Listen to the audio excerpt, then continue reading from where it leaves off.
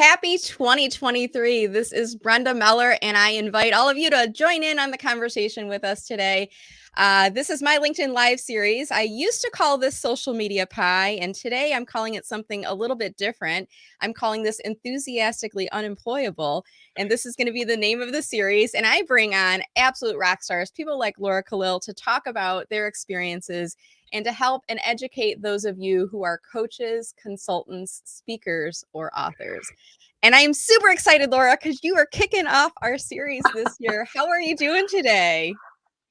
It is such an honor to kick off Enthusiastically Unemployable because, girlfriend, I am enthused to be unemployable. Isn't it funny, that expression? And I mentioned it to you in the pre-show. I'm like, I'm renaming my series here today, and you're like, oh my God, I love it. And it's funny how that phrase can like evoke certain emotions, but I do really feel, there's many of us, and maybe you feel this way as well, Laura, that you didn't intend to be self-employed. But now that you got a taste of it, there's no amount of money in the world that could get you to go back to corporate. Am I right? That's the truth. And to your point, Brenda, I will acknowledge if you get laid off, if Yeah. you lose that job or downsize, there is a moment where you're like, oh, shoot, Right. this is scary. Yeah. This is, fearful. We're worried. How are we going to pay the bills? So I want to acknowledge that part of the journey that maybe some people are going through today, which, yeah, it can feel scary.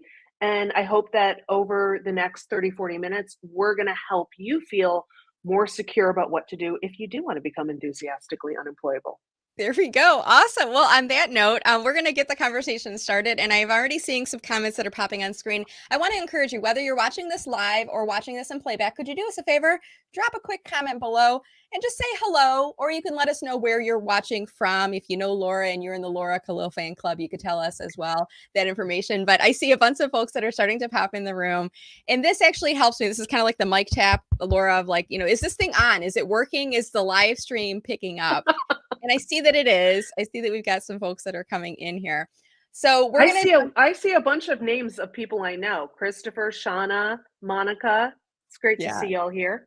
Yeah, good. So we're all up bright and early, and intentionally do these on Tuesdays because I'm thinking like Monday's kind of like you're back to work, got to get everything going. Tuesday we got our bearings on things, so we can move this to a more suitable date and time. So awesome. So we're going to jump into this conversation, and if you are aware of the topic here today, maybe that's what drove you here. But Laura's going to be giving us some great advice on the right time to start your business. Now, before we do that, Laura, I know there's probably a few people watching that haven't heard you and don't know who you are, what you're all about. So give us a little bit of that background if you could. So, in brief, my mission is to help ambitious women in consulting make this their $250,000 year. I am very dedicated to rebalancing the scales of financial justice in favor of women so that we can put our money and our financial power towards doing the things that we'd like to see in our communities, capitals, and classrooms. So, in essence, I teach people how to grab that big deal energy, how to go for bigger contracts, how to do the thing that might really scare them because, frankly, you deserve it and it's easier than you think.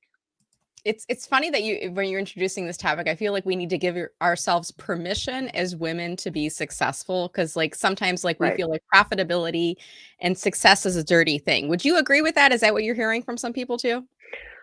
I think a lot of people are, especially women, face incredible amounts of imposter syndrome around what they feel they can charge, what they feel they're worth, what and there can be also a lot of shame around money that comes up when we start talking about actually making serious amounts of money. Like, oh, I don't need that much, or oh, I don't really, no, I'm gonna just be humble. All of that, I just want to remind people who may feel that, and I felt that too, and Brenda, I'm sure you felt that at times as well. Mm-hmm. Money equals power. And Mm-hmm. that is really what it's about. And if we really want to affect change in our communities, if we want to really provide for them, because for me, it's all about giving back. It's all about what can I do with those financial resources. And I want to say this, there's no shame in the game for people who the best that they can do is the bake sale, Hmm. to get their kids Mhm. afford to go on the trip or take the band trip or go to ski camp, whatever it may be. No shame in your game. But wouldn't it be so great if we could just write a check? Yeah. Wouldn't it be Right. so great if we didn't have to rely on being up till 3 a.m., Mm. eating the chocolate chip cookies, showing up, selling them for a buck? That's what I'm talking about. I just wanna help make it easier. And so a lot of what we do at Brave by Design is really teaching women how to make it easier. Now, I'm not saying it's easy. Right. It's work. There's work involved, but I like to demystify what is involved with that. And this really Yeah. comes from a place for me. I like to say that I was collecting an unofficial PhD and getting laid off. I It is an am a pro. education. I am a pro. I am so good. If anyone here wants to get laid off, just keep watching this because I'll probably give you some tips. And I worked for years in Silicon Valley. I worked in the tech startup world, and I could not keep a job. Yeah. I was told repeatedly that I Mm. was too intimidating, that I needed to soften my language, that I needed to smile more, that I was intimidating men in the office, which is just absolutely crazy. Right. Brenda knows me personally, and I think Brenda, you'd say Laura's a fiery personality, but she's not here to scare anyone. Right. That's certainly not my vibe. I've only known you when you've been self-employed, and I didn't know corporate Laura, and I don't think you knew corporate Brenda either. I think we met each No. other after we both left, right? Hmm. Yeah. Yep, absolutely. So in 2013, I got laid off for like the next last time. And I was like, I am done Right. with this. And it's kind of like for those of you who may have experienced that frustration or are just feeling frustrated because every year your company is like, they're eliminating jobs and you're sort of like, I don't really know what's going to happen in the coming year, but I know I have to work 60 hours a week to Right. hopefully keep my job. I was really tired of it. Mm. And I said, I think I actually deserve better. And so I'm going to choose myself. And I went that afternoon. It was a beautiful day in San Francisco. I'll never forget it because it was so beautiful, even though I felt so crappy. And I was like, Mm. how can it be this nice out when I feel terrible? For those of you who've ever experienced that sort of dissonance, you'll know what I mean. Yeah. I treated myself to lunch out at a restaurant. I treated myself to a beer at lunch, which was very unusual for me. And I decided that I was going to take control of my destiny and stop being a victim of this story and record I kept playing on repeat. Mm. And I knew a couple things. I knew that I wanted to work for myself, and I decided to become a consultant. Did I know Mhm. what that meant? Not exactly, but I was going to figure it out. Mhm. And within 6 weeks, I got my first $100,000 contract. I Wow. Right. quickly started working with some of the largest companies in the world: GE, Intel, Twitter, Intuit, you name it. I worked with them, building a very lucrative consulting practice. In 2017, fast forward a few years, I started speaking about this and going on stage. I had a talk called The Benefits of Being a BITCH. You fill in the blank. Well, there's no blank there. But anyway, the benefits of being yourself and finding people who recognize your genius. Because what I realized is that I wasn't bad at my job and there was Mhm. nothing wrong with my personality. I was just doing a leadership role in an individual contributor position, Right. which could not be appreciated. Mm. And so once I got into the leadership role of consulting, of being a trusted advisor to my clients, they loved it. They were like, oh my God, she's so bold. She's so decisive.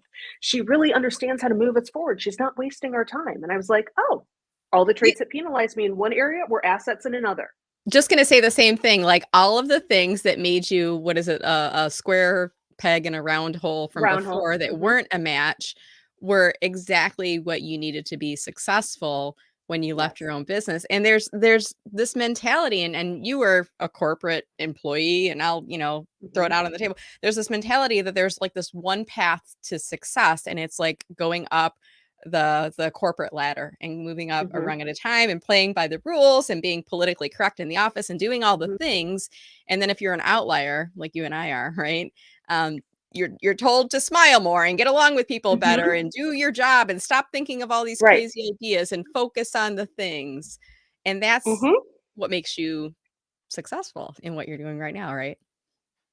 Well, yeah, it's bucking a lot of that trend. And so Mhm.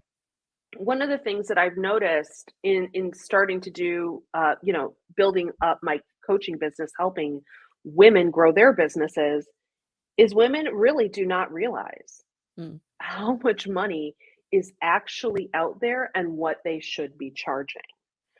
We are grossly undercharging. So, but before I get into that, Brenda, there's a few things I wanted to kind of talk about. Like Sure. for people who are wondering if this is the right time to consult.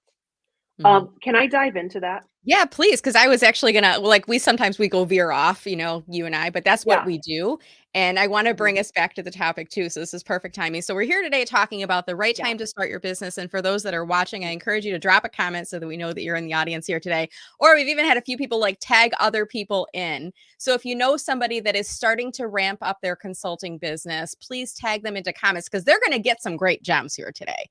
So yeah, Laura, I mean, Yeah. we're kind of in a weird time in the world right now. We're at the end of a pandemic-ish, I don't know. We're teetering on this, like, are we coming into a recession? Is it not happening? I don't know. Some things are happening in the market. Is this the right time to start a business, or should we instead just kind of batten down the hatches and stay in our miserable corporate job until things get better? What do you think? So my answer is always going to be yes, it is the right time to start a business because there's never a right time. Mm, There is never a perfect moment in time when you're going to feel ready. Most of us will never feel ready. There's an incredible amount of fear involved with starting your own business. So, is it the right time? Yes, because there is no better time. But I want to back that up with a little bit of data because I know people are scared about the recession, scared about the layoffs and what's going on. And I want to tell you this. Since 2008, since the last economic crisis, from 2008 to today, we have only seen an incredible growth in consultants being hired by companies. mm, mhm. That is all we just see it going up, and we actually saw the data I saw last week is showing full-time employees are getting laid off. Who are they bringing in? Consultants. Consultants, and that's the irony is that consultants Yeah. because our nature of our positions, it's short term, there's no ongoing employment with benefits and all the other things. So they hire us for our expertise, and then Mhm. either when they haven't had enough of the expertise or they need to make business adjustments, then it's Mhm. easier to end a contract with a consultant than it is to fire an employee, right? It is, and so Mhm. here's the difference. Yeah, If I'm a consultant, if I'm a full-time employee, I have one full-time job, and right. I've gotta, punch the clock, so to speak, from 9 to 5. If I'm a consultant, I can have 2 or 3 contracts, maybe worth anywhere from 8 to 20K a month, depending on what I do. I can make significantly more revenue because I am not punching a clock. The difference between consulting and full-time employment is in consulting, we're focused on giving you outcomes. We're Mhm. focused on helping you strategically move forward what you need to move forward. That is not based on time of your butt in a seat. That is based on how, if you're an expert, which I know people who are watching this and listening to this are, Yeah. you know how to do your job, and you probably know how to do your job really well. Mhm. And if it doesn't take you 40 hours to do that output, it takes you 10 hours. One, that's a premium Right? because if Mhm. I can provide it more quickly, that's a premium. And two, I don't have to waste time sitting in a seat clocking in. I can actually Mhm. go get more work and I can go hit that 250 a year much more easily than just waiting for my job to promote me, hoping I don't get laid off in the next round, Right. pretending to work, shaking the mouse, whatever people are doing today. I don't Well, know. I've heard, like, some people are using, like, things that they put, like, under the mouse pad to move it periodically so that it's Yeah, detecting how crazy is that? I mean, no. shouldn't we instead be focusing on, like, being secure in our jobs and making more money? And it's just it's insane to think about. Um, Mhm. I would imagine, though, Laura, like, a lot of this is, like, a mindset shift. Because I'm guessing, I mean, you seem to me like a successful person. So I'm thinking you left corporate and the Mhm. first month you were profitable or you were signing on clients. Am I correct in that? Or did it take you some time to In get the there? first 6 weeks, I landed my first $100,000 contract. Wow. Now, I know, which even like I didn't realize at the time because it came so easily. I was like, oh, okay, Mhm. cool. Like, I didn't really Right? get what a big deal it was until I met people and I realized, oh, okay, this is not common. But I want to tell you what I did because I want to help other people who are considering even just dipping your toe in. Here are the things you need to do. One, you have to have a really clear understanding of what problems you solve. Okay. So this is different than talking about I'm a marketer, I'm a salesperson, I'm an operations person. Those are titles. I'm talking about what Mhm. problems do you solve? Okay. And so take some time to think about, well, what actually do I solve? Because people buy when they have a problem to solve. Mhm. If you don't know the problems you solve, you don't know how to find clients. You don't know how to sell services. So think Right. about that. The second thing is who do you solve these problems for? Now, in my story, I mentioned I was working in Silicon Valley in the tech startup world. Because of my experience in that world, I didn't want to work with tech startups. Okay. In fact, I said, I only want to work with Fortune 500, which is what happened. Now, I didn't have any connections to the Fortune 500, but I just knew I didn't want to work with tech startups and I knew I did want to work with Fortune 500. So I just had 500 companies to go after. I mean, like it kind of was, Right? like, okay, It sounds so I got my easy. list. I got my list. What people will often do is they'll say something like, well, I could do this for anyone. I mean, I Mm. could help anyone. Mhm. This is a trap. Right. Okay. Please, everyone, if you only hear one thing from me today, thinking you can solve problems for everyone and going after everyone is a trap because that is what the least successful people, the people who are struggling the most in their businesses, are trying to serve everyone. You are not Google. You are not one of the biggest companies in the world. You are just you. And because it is just you, we have to think about what is the most valuable and efficient way to spend your time and resources. Mhm. And that is by focusing. Yeah. So, for example, you can say, well, you know what? I've spent a lot of time in automotive and I know a lot of people in automotive and I'm going to go after automotive. Mhm. Okay, Sure. great. That's a The category though. third, That's not the world, right? that's not the world. That's a Mhm. category. I'm going to go after, tier one automotive suppliers, tier two, whatever. Perfect. I love it because then we start to get a level of specificity, which helps you. The more specific you are, the more you rise up Mhm. from the rest of the noise. Yep. Okay. And specificity is a beautiful thing. So you don't serve everyone, you serve a group of people. And I also want people to consider, and this is sometimes for my clients, one of the biggest mindset shifts, which you talked about. We as consultants, as individuals, at the end of the day, we're working with other people. Mhm. I'm working with other humans. Even if I want to work with a specific group of people, like I'm just going to use automotive as an example. Even if I want to work with automotive, at the end of the day, I'm building a business Right. based on human to human relationships. Yeah. And so I have to ask you, what kind of people do you want to work with? What are the traits and characteristics and qualities of those people? And what are the kind of people that you say to yourself, I never want to work with them again? I can't stand it. They drain my energy. They're terrible. Okay.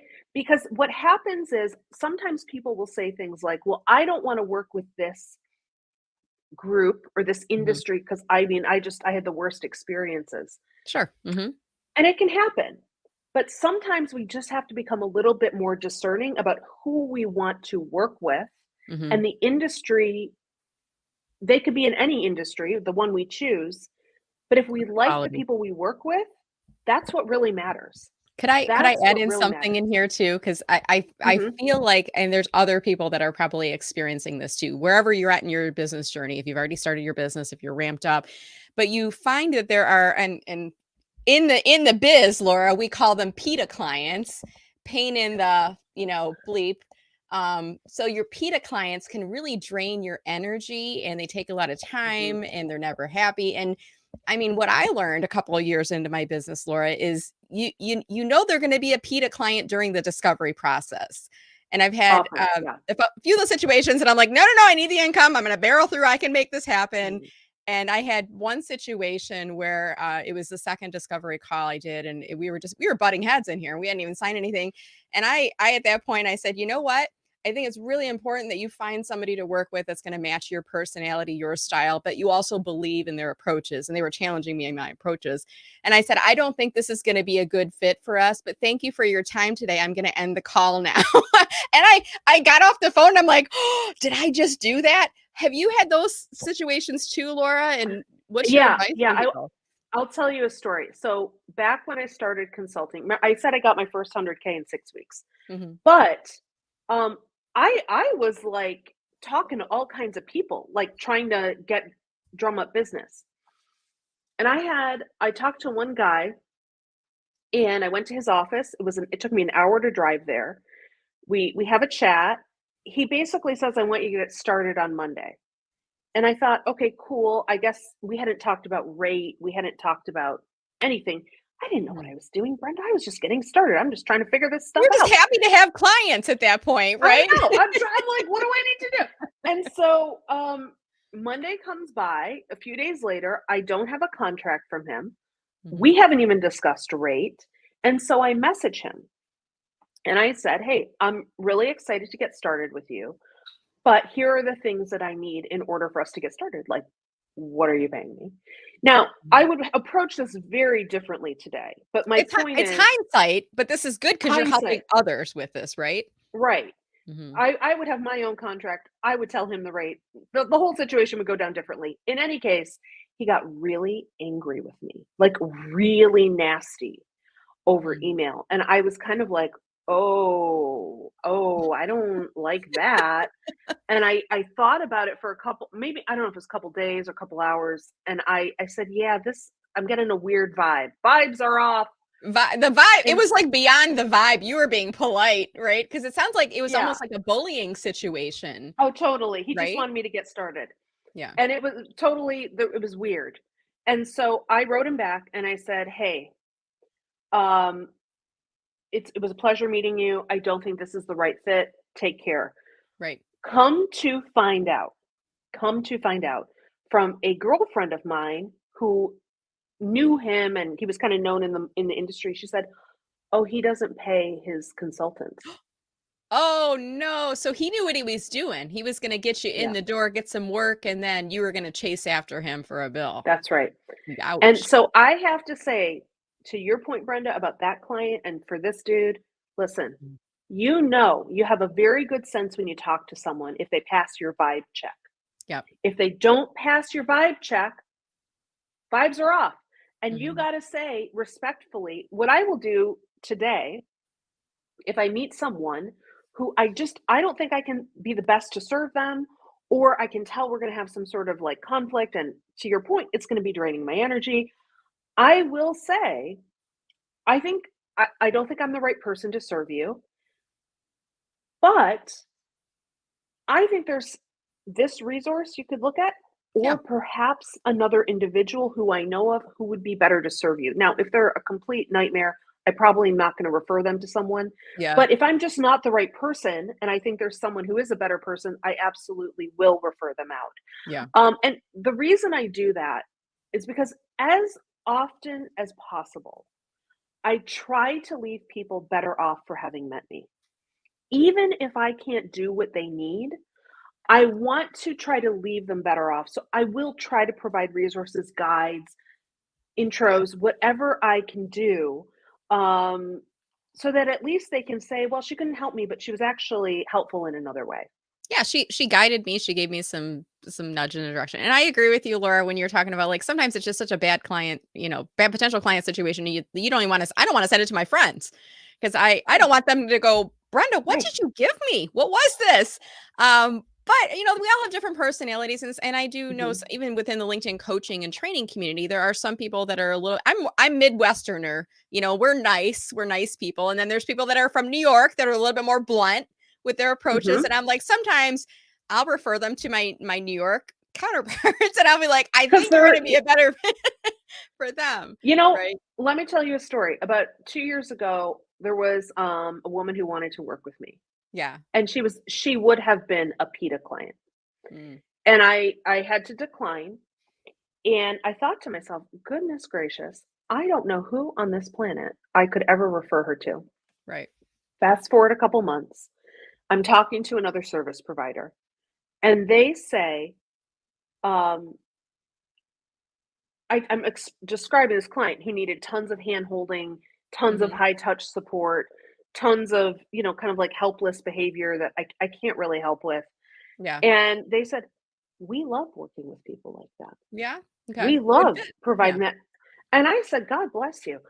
I'm going to pass all these people on to you because if you like working with people like that, I'm more than happy to refer them out." But Yeah. which brings me to this point of like, and you mentioned it as well, Brenda. I call these people our dud clients. Not that Hmm. they're duds as human beings, but just in the business context, It's not a they're fit for kind of you duds. though. It's going to be a dud Not a fit. relationship, really, right? Yeah. Absolutely. It's going to be a dud relationship. My dud clients are somebody else's dream clients, Hmm. and yours are as well. And so that's why I try to not judge the individual based on what's going on, just to say it's not the right fit for us, but this could be a great fit for another service provider. Um, So that's what I try to do as much as possible. I love But that. more And often than not, I've been very lucky to just have freaking amazing you attract clients. amazing though. That's what you do. And I do. I think you and I both share, and I'm going to go out on a limb here, an abundance mentality, which is there's more than enough work to go around for all of us. And Mhm, you and I both believe in the power of a strong, amazing rock star affiliate network, surrounding mhm. ourselves with people that are, like if you think about a Venn diagram, there's a couple things we intersect or overlap on, but not everything. And when you surround yourself with the right people, I mean, I feel like I'm in the Laura Khalil fan club. I should have a coffee mug or I a t-shirt or a cap or uh, something, right? Brenda, you are the president of the fan club.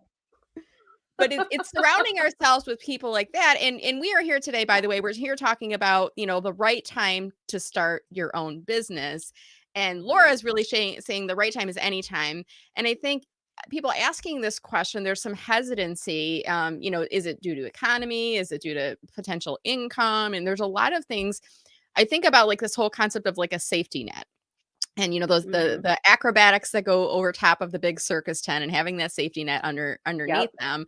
When you leave Mhm. corporate, it's like the safety net has been pulled away. But I heard you say something earlier, which is when you're inside corporate, sometimes there's really not a safety net. um I think that's a total illusion. I yeah. think it is a complete illusion that there is any safety within a corporate role. I think what's true is you feel safe. They tell you it's a family. It's Right. not really a family, it's a business. Hmm. I don't know if you can hear my dog in the background. She's also getting very heated about this entire subject. I But can't hear she's her, also but yay, yes. good. Okay. I'm glad you can't hear her. So here's what I will say. You need to have some money saved before, Mhm. in my opinion, Yeah. before you just dive into the world of self-employment.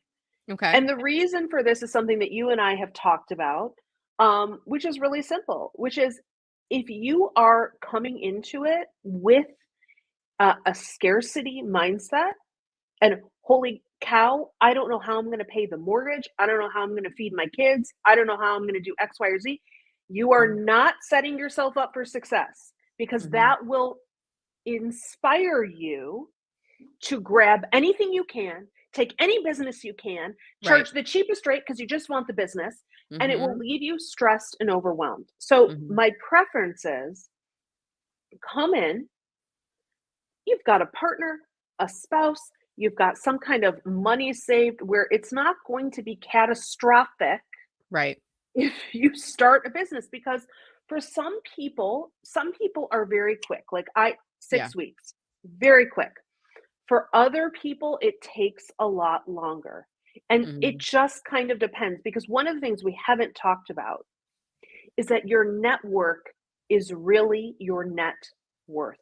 Mhm. And if so for anyone here who's starting a business, considering starting a business, recently laid off, we don't do business as consultants by handing in resumes and CVs for job positions. That's not how our businesses work.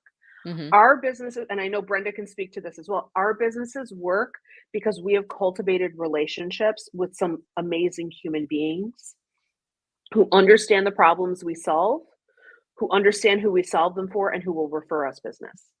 And Absolutely. so, if you have not already, if you have a LinkedIn network, for example, and please take all of Brenda's LinkedIn tips by osmosis and just suck them in. If you are not cultivating your network, if Yeah. you are not reaching out to your network, if you are not being a resource to people in your network, I always say give before you ask. Okay. Give, be a resource, be helpful, be supportive. Mhm. I mean, the most important question, if you're starting to do LinkedIn outreach or outreach of any kind, the most important question I ask people is, how can I help you? Mhm. What do you need to move forward? What can I provide for you? And I'm not talking about selling them something. Do Right. you need an introduction? Do you need a resource? Do you need a, coupon to a networking event? Do you need Right. like whatever I might have that I can give you? What can I offer to you? Do you need a piece of Mhm. advice? What do you need? Yeah. Because that helps build reciprocity, which is one Absolutely. of the keys to influence. And it's Yeah. also one of the keys to just being a good human being. Okay. And so just be a good human being. Okay. I use the phrase when you say reciprocity, I use the phrase social media karma.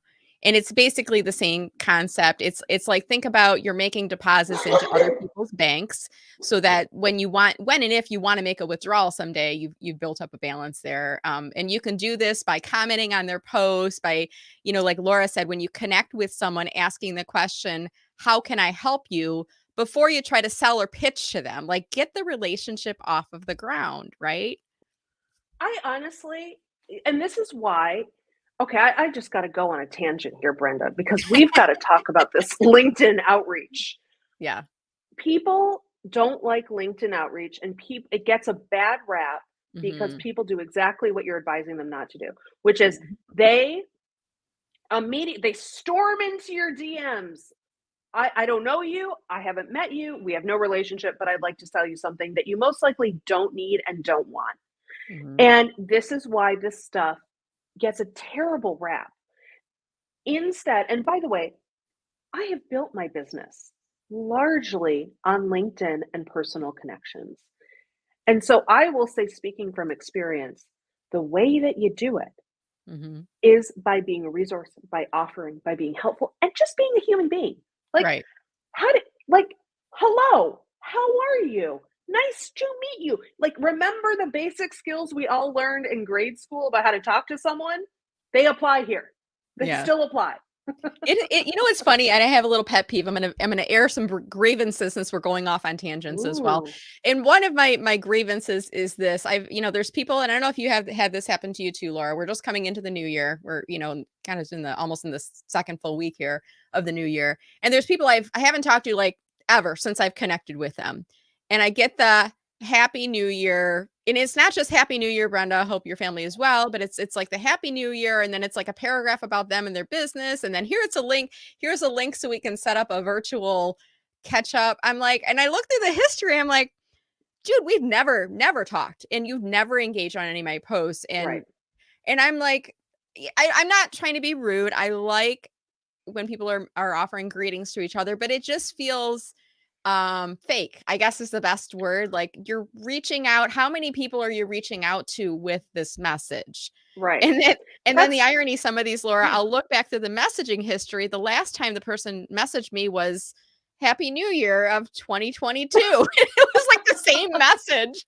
You're on like an auto-responder thing. I Um, guess. I don't know. it's I think of it this way. I want you to imagine for all of us, you're walking down the street and someone walks up to you and says, "Hi, Happy New Year. I hope you're having a great time with your friends and family. This is what I do for a living. Do you want to get coffee and talk about it?" We would call the police. I We would do would the be look behind me. Are you talking to me? Because that was really right. weird. It didn't feel like it That was is for really me. weird. Now, here's how would I approach a stranger on the street? I mean, genuinely, how would I do Well, it? think about when you and I I saw each other. We saw each other at Bamboo Royal Oak, right? Mhm. Did I go up to Yep. you and say, "Happy New Year. I've noticed some things about your LinkedIn profile that could use some adjustment, and I have a new coaching package I'd like to tell you Right. about." Right? No. Right, I know. Okay, I mean, like, cut someone down first. I love when they Right, do that. They cut you down. They're like, "Oh, this thing about you really sucks. You right, clearly need right, help." It's like, "Whoa, hang on a second. Hold on." I like to approach people by leading. If I see someone on the street, I'll right. say, and this is genuine, "You look fantastic. I Mhm. love what you're wearing." And this is to a true stranger. Yeah. I love you've got a great smile on your face or whatever. I hope you have a fantastic day. Do you know how much people appreciate just a frickin' compliment? Yes. Just a genuine compliment. When you're on LinkedIn, Mhm. give someone some encouragement. "I really like this post you shared. Yeah. I love your perspective on X, Y, or Z. But being Thank genuine you so about it. much." I mean, you don't wanna, like Genuine. if it's a salesy post, you don't wanna say, "Wow, that was an amazing post." Like, you're not trying to Right. lie to them about it, but No. I think the approach here is, like and I use the same thing, it's like when we invite people to connect, the invitation really should be all about them. It's not about Mhm, you. But even when you interact with mhm. people on their posts, and you do a really good job of this, Laura. I feel like you're talking to me. Like when you get in my comments, I'm like, there's the world, and then there's like Laura talking to me in my Yeah. post, and I feel really special Oh. about that. Well, the thing is, and this goes back to personal brand, which is one of the things that we have as consultants. And I know I'm talking about so many concepts right now, but important to say for everyone, as I said earlier, people do business with human beings, and Hmm. they do business with people they like. And so it is really important that we be ourselves. Hmm. I am truly of the mind, and goodness gracious, Brenda knows this about me, and some of you in the comments know this about me. I am just myself. I mean, like the person you're seeing right now, you would probably meet this individual in the grocery store. That Hmm. there's not like I just like to come in and say, "Hey, this is me. You like it? Great. You don't like it? Great." There is somebody for everyone, and if you're not for me, you're for someone else. And so that gets noticed. When we stop trying to be corporate, please, Hmm. for the love of everything holy, do not try to be corporate. Try to be an interesting and engaging human being that you are Yeah. and let people know that because they want to engage with interesting people. Nobody wants to engage with a freaking robot. And Yes. one more thing, Brenda, I'm on a roll now. Okay. No, we'll go. We'll go. It was funny because when you first got on, you're like, "How long are we going? Is it like 45?" I'm like, "We go as long as we go." If we have things to talk about, and we're gonna shift into Q&A. So by the way, for those that are Okay. Oh, watching, okay. we're gonna do that, but I'm gonna let you I love that. I'm gonna have like a tangent free zone. Like we can talk about Oh, tangents good. on these shows. This is a new rule. I've just created it for my enthusiastically unemployable series. We can talk about tangents, and I've I'm got giving one. you permission. There you go. Thank you, Brenda. I've got one. I've got one tangent. Please, everybody, cut the jargon. Cut the jargon out of your vocab. Nobody cares about your synergistic synchronicities to improve best in breed performance and optimize whatever the heck you're doing. It is word salad. It makes no sense. Cut it out. Just talk to people like they're human beings. Yeah, love it. And I'm done. I'm dropping the mic. Thank you for coming to my I TED wish Talk. I had like I should what I should do is like drop a pie tin off to you. I mean, you're in Metro Detroit, so I could literally like give you a pie tin and then you could like drop it like the mic drop. We could like have a pie tin drop. But so many gems in here so far. I want to shift us into Q&A, and if you're just joining us, if you joined us a little bit late, we're talking about the right time to start your business. And we've had a couple comments that are coming in, and love the folks at StreamYard because they now allow us to star comments so we can come back to them later, making my life so much easier. Thank you, StreamYard. Here's one from my dear friend, Shauna. Do you know Shauna? Laura, I feel like you two should know each other. Oh, we do. Yes. Okay. Okay. I think from Together Digital. Yes, there I'm you go. almost positive. So Laura, and Okay. shout out to Together Digital, by the way. Shauna is asking Laura, we learn from failure. So what would you say is one of your biggest failures, and how did it help you with your business in the long term? What would you say to Shauna? Oh, Shauna, girl, I got a good one for you. Okay. So back when I started consulting, as I said, I didn't exactly know what I was doing. I was figuring it out. And I got on a call with one of these Fortune 500 companies. Like I said, that was my target market. And this guy said to me, well, what would you charge for this scope of work? And I was put on the spot. I didn't know what to do. I didn't know how to talk about money. And basically, okay, this is my biggest failure. So I said, well, I thought of the biggest number I could come up with. And I said, I would charge $15,000 to do that work, thinking, oh my gosh, I don't know if he's going to accept. It's so much money, blah, blah, Did blah. you say it like that, or did you say I would charge $15,000 for I it? said I charge 15,000. Okay, so you said it because And like he's, when you said it like that, I would be like, what? But if but when you say it, in my yeah, head, that's what right. it sounded like. But Okay, in out of my fair. lips, it was very calm. Yeah. I said 15,000. And he said, did you say 50? And I said, oh no, no, 15. Like I thought we had a You thought he was bad like assuming connection. too much, right? Yeah. Yes, I thought it was too much. He said, "Oh, great, because everybody else has quoted us $50,000. Okay. So I got the gig." Now, I felt deeply embarrassed Yeah. by having screwed that up, and that business, that contract, ended up netting me over $300,000 Wow. worth of business. That's a story for another day, but that was my biggest failure. I mean, it was Mhm. like because I didn't know how to talk about money, I didn't know how to Mhm. scope projects, I didn't know how to figure out with the client what their budget was. I knew none of that, and that's why I was making really very expensive mistakes. Of course, now thanks to that, I teach my clients exactly how to deal with that kind of situation so you don't end up leaving $35,000 on the table. Mhm. But that was it. Yeah. I love it. That's such a great story. And it's funny because I can even hear in my head, I've said things like that too. Like I've put out pricing. And I remember once it was like I was doing a LinkedIn team training, and it was a travel, I had to like travel to them. It was going to be a 2-day training, and I quoted them, and I don't remember what it was. And I sent it to her and her assistant, her executive assistant, and they came back and they said, and first the executive assistant said, "Is this everything including travel?" And I said, "Yes." And then the I don't remember, she was a VP. She came back and she's like, "Is this everything including travel?" And that should have Mhm. been my signal that I was undercharging. And it was in a major Yeah, market, and I probably, but I didn't know. I didn't know. I wanted the gig, yeah. and we all live and learn. So thank you, Shauna, for asking that question. I have a comment that came in from John Asperian. John's over the pond in the UK. Do you follow John yet, Laura? I will after this. You should. John is the relentlessly helpful LinkedIn nerd, I think is what he calls himself. And he's got an amazing community, and he's so great with LinkedIn knowledge. I learned so much from him, and I usually give him a couple shout outs a week. But I love, John, that you have tagged Oh, in someone. And you actually, John, were the person who inspired me to say, hey, if anyone else is watching and you want to tag people in, please do so, because you never know who might benefit from this. mhm. This person, I don't know who you are, and unfortunately, it says LinkedIn user, and I will put into comments a way that you can check your settings. It's either because your LinkedIn profile has been locked down and it's private, or because you haven't enabled third-party settings. So at any rate, this person knows who you are. I can't tell from comments here, but they talk about imposter syndrome, Yeah. and we should stop using the Yes. phrase imposter. What are your thoughts here, Laura? Thank you for what you're doing, man. Uh, it. You know what? Imposter syndrome is something first that we all have to recognize when we do it. Let me give you some tips on how to recognize imposter syndrome.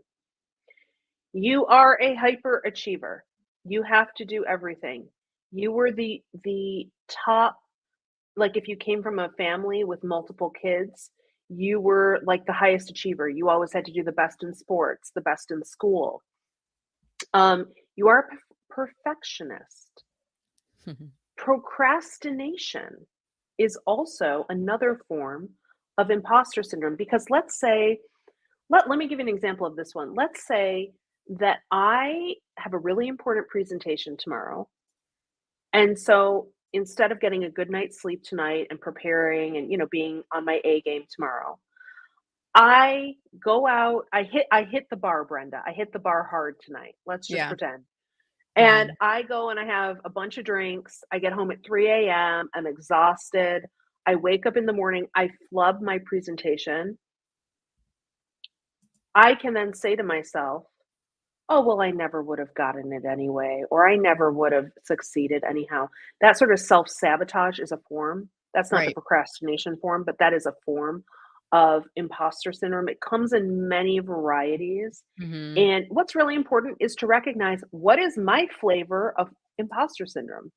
I also want to say to people who are thinking about this, imposter syndrome doesn't go away. Brenda and I can speak confidently for Brenda, I think, and for myself, we don't have imposter syndrome, or we do have imposter syndrome, even, at our quote unquote level. And the Mhm. reason for that is that we're not sociopaths. Yeah. Okay. Because the only people, that's why I was like, I don't think Brenda will mind me saying this because she's not a Yeah. sociopath. The only Yeah. people who do not have imposter syndrome are the people who have no remorse and fear That's true. of, and those are sociopaths. Right, Remember, right. imposter syndrome is a feeling that you're not good enough despite evidence to the contrary. But I think it Yeah, keeps you grounded to some extent because then you hear yourself going, "Am I gonna actually charge that much for it?" And then the other side of you, it's like the angel and the devil on your shoulder going, "Heck yeah, you're gonna charge that much because the guy just right. said everybody else is charging 50. Why wouldn't you charge 50?" I You got to know? tell you something. This is why I created Elevate. This is my Mhm. community. I created Elevate so that women could have other women to talk to Mhm. about this stuff because I can say it and you can say it all day screaming it from the rooftops. But when you see other women in your community rising, when you see other women going after what I like to call that big deal energy, Mhm. it gives you the courage to say, if they can do it, I can figure out how to do it too, and I'm not alone and I've got support. Love it. Love it. Yeah, and I'm reading through the comments. It's like I'm trying to like pilot and co-pilot and read and like who we're gonna go to next. By the way, if you missed it earlier, we talked about PETA clients. Pain in the I'm not gonna fill in the blank on what the last letter of that one was. But someone had shared an article, and I haven't seen this one yet. It's a Forbes article, but it's like 6 reasons to fire a client. So I'm going to check that out myself. Thank you for the person who suggested that. We really do appreciate it. I think I want to end with this was just a random comment. Someone said, they get the hi. I noticed we're both oxygen breathing humans. Let's connect. I got one the other day, Laura, that it was templated. They were using automation, which by the way is a violation of LinkedIn's terms of service. You will eventually get thrown in LinkedIn jail when you use it. But it was a hi Brenda. I see that you're and then it pulls from the job title at your current company. And guys, I am a LinkedIn trainer coach. So I don't put just my job title in my experience section. My job title says like I help CEOs and sales leaders get a bigger slice of the LinkedIn pie. So the templated thing said, "Hi Brenda, I see that you're the I help CEOs," and it went on and on. And I try to be true to my brand, and I kind of part of me wanted to do the snarky theme, which is screen capture it and like post it on LinkedIn and hide their name, but don't do this because of that. But templated invitations are not good for relationship building is the key takeaway on that. What I do want to do, Laura, because we're getting close to the end of our time, is I want to pull up on screen right now. You've got something coming up here. Is it Mhm. next week? Tell us a little bit about this. It's yeah, so for anyone who's watching this, men and women, by the way, who are watching this, who wanna understand how to capture that big deal energy I talked about and get to consistent 20K months in their business, I'd love for you to join me next Monday, January 16th at 12 p.m. Eastern. I'm actually gonna be sharing the 3 steps that I think are most critical to actually going after bigger deals and making 2023 your $250,000 year. So I'd love to see you then. It is a masterclass. It's live. It's with me. Um, it'll be fun. Awesome. And I just dropped the link into comments. Now you said men and women can attend this because my understanding is Absolutely. your Elevate program, is it just women or is it both women and men? Elevate is just for women. Elevate is my Okay. program to help women in consulting hit consistent 20K months in their business. Okay. However, I do work with a lot of men privately. So I like to say everyone's welcome. You know, if you come and you learn something that you can take forward, I absolutely welcome you to be there. But yes, Elevate is just for women. All right, awesome. Well, I want to thank you for sharing. And I did put the link into the comments here on LinkedIn. I'm going to also put it on YouTube and I'll have it in the show notes once we go into a podcast. But actually, at that time, the webinar may have already passed, but I will see if there's like a landing page or something I could send people to where they can sign up for the next one. Would that work, Laura? Yeah, Yeah. Okay. sounds great. Awesome. Well, we're going to start to wrap up our conversation here today. As we do that, though, I want to pull up your LinkedIn profile up on screen and ask the question, are you open to OMG. connecting with people that are watching the Connect! show here? Connect! You know what? Connect. Come in, come in, come in. Now, Yeah. here's what I want. Here's what I want everyone to do. When you connect with me and just click on because I think it's auto follow or It something. will So be find because the connect. you've got creator mode, and I know that because you've got like the hashtags on their profile. So I'm already Oh, connected with Laura. So I'm where the average person will see the follow button, I see message because I'm already connected with you. But here's yeah, what I want everyone to do. I want you to connect. I want you to write me a personalized note, and I want you to tell me what you liked about this conversation with Brenda. And I'm more than happy to respond and engage with everyone who comes in because I love making more friends. And really, what is business? It's making more friends. that's awesome. So I'm going to drop her link into the chat again, and I'll put that into both the podcast show notes and other places where you might be watching or listening to this video because Laura is absolutely awesome. And once you start following her, I follow you. I don't stalk you, but I follow you in all the places. I follow you on Instagram, on LinkedIn. I'm not as active on Facebook anymore, but you've got some really great funny stuff on Instagram, and I'll leave it at that. But yeah, Like I just put it all out there, Brenda. I just like to have fun. we are real, you and I, are we not, Laura? That's Yeah, something that people yeah. cannot fault us over. So this was a delightful conversation, Laura. As we start to wrap up the conversation today, we were talking all about the right time to start your business. Do you want to give folks any comments here as we wrap that? There is no better time than today. Know what problems you solve, know who you solve problems for, and tap into that network of yours to start building truly authentic human to human relationships. Screw the social media. You don't need to be constantly posting on social media to get clients. It is, in fact, the most ineffective way to get clients, in my opinion. The most effective way is to use your network.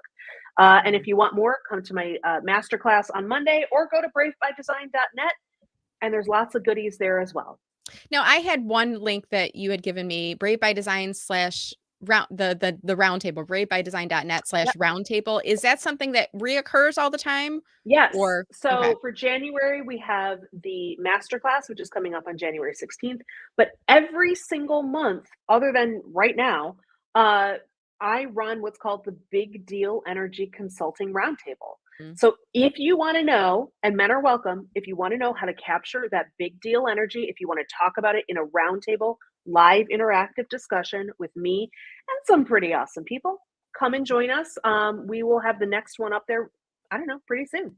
Awesome. Well, thank you so much, Laura. This was such a delight. And I was so lucky because I talked about this earlier. I was at Bamboo Royal Oak and I bumped in and I'm like, Laura was in the room. I'm like, oh my gosh, I got to see it. It was like Laura was like a celebrity being able to see you in person.